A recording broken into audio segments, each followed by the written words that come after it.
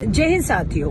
अभी भारतीय राष्ट्रीय कांग्रेस का कोई भी घोषणा पत्र सार्वजनिक नहीं किया गया, लेकिन देश के प्रधानमंत्री ने पता नहीं कहां से घोषणा पत्र हमारा हासिल भी कर लिया, पढ़ भी लिया और झूठ भी परोसना शुरू कर दिया कि भारतीय राष्ट्रीय कांग्रेस के घोषणा पत्र में शक्ति के खिलाफ बोला गया है। और शक्ति का मतलब प्रधानमंत्री जी के लिए इस देश की मां बहन बेटियां हैं। बिल्कुल, इस देश की हर मां बहन बेटी, साक्षी मलिक, अंकिता भंडारी, बिल्किस बानो, हमारी मणिपुर की आदिवासी बेटियां, बिल्कुल बीएचयू की हमारी पढ़ने वाली आईआईटी की छात्रा जिसके सामूहिक बलात्कारी आपकी पार्टी के हैं प्रधानमंत्री जी, ब्रजभूषण शरण, गंभीर यौन उत्पीड़न के आरोप हमारी बेटियों ने, हमारी शक्ति ने लगाए, आपके सांसद हैं। संदीप सिंह आपके हरियाणा में मंत्री हैं, शक्ति ने, हमारी बेटियों ने यौन उत्पीड़न के गंभीर आरोप लगाए हैं। लेकिन आप शक्ति के खिलाफ जाकर उन्हें बचाने की कोशिश कर रहे हैं, क्योंकि वो भाजपा का सांसद है, वो भाजपा का विधायक है, वो भाजपा का मंत्री है। शक्ति के खिलाफ अगर कोई है तो वो कोई और नहीं, भाजपा संघ, आरएसएस और प्रधानमंत्री जी आप हैं। नारा बेटी बचाओ का दिया, लेकिन बचाने लग गए अपने अपराधियों को, हमारी बेटियों के दोषियों को, शक्ति के दोषियों को। तो कम से कम आपके मुंह से शक्ति की बात करना आपको शोभा नहीं देता। आपने इस शक्ति को, देश की आधी आबादी को धोखा देने का काम किया है पिछले 10 सालों में। ये 10 साल महिलाओं के प्रति अपराध के तौर पर दशक जाना जाएगा।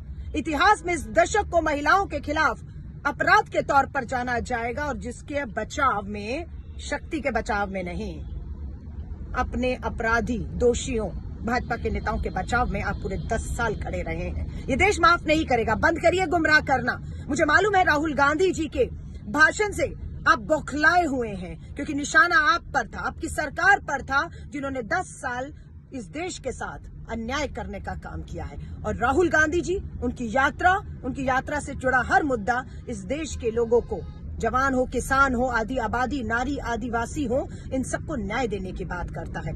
बौखलाइए मत प्रधानमंत्री जी।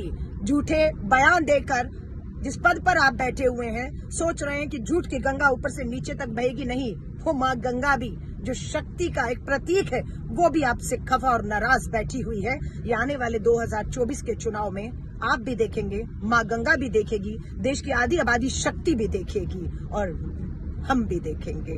जय हिंद, जय भारत। नमस्कार।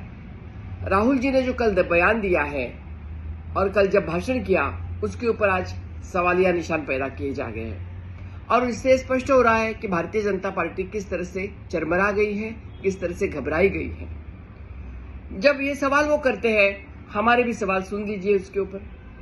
जब हमारी महिला पहलवानों को रास्ते पे घसीट दिया गया था, उनका हक मांगने के लिए जब आई, तो दमनकारियों को घर में रख के उनको तो उन्होंने शेल्टर दिया, उनको आरक्षण दिया, संरक्षण दिया, लेकिन जो हमारी महिला पहलवान थी उनको घसीट के लेके गए रास्ते पे से, उसका जवाब कौन देगा?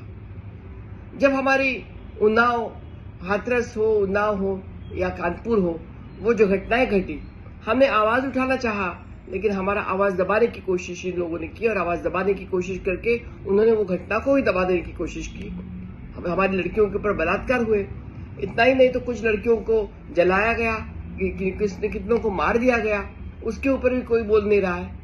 और सबसे बड़ी बात, मणिपुर इतने दिन से जल रहा है, और मणिपुर में जो हिंसा हो रही है, मणिपुर में हमारी जो एक महिला थी, उसको परेड करके, नग्न करके उनको लेके गए और सामूहिक बलात्कार उनके ऊपर करना पड़ा।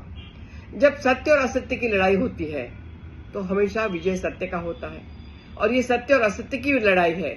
जब द्रौपदी को भरे दरबार में उनका अपमानित किया गया, उनको जो दमन कर दिया गया, तो पूरी सत्ता हंस रही थी, अपने मदधुंध होके हंस रही थी, लेकिन द्रौपदी के बाजू में श्री कृष्ण था, और हमें लड़ाई में आखिर यश तो उनको ही मिला। सत्य में जयते। कौन सी मर्यादा के बारे में बात कर रही हैं भाजपा आज के दिन? किस बात पे धज्जे उड़ाए जा रहे हैं? महिला शक्ति, क्या किया आपने महिला शक्ति के लिए? किसने दिया अधिकार महिलाओं को? 33%। हर गांव में एमपीपी सरपंच बन के आए, किसने दिया? कांग्रेस पार्टी ने दिया। हेलो, याद दिला दूं, पार्लियामेंट में आपने क्या कहा था?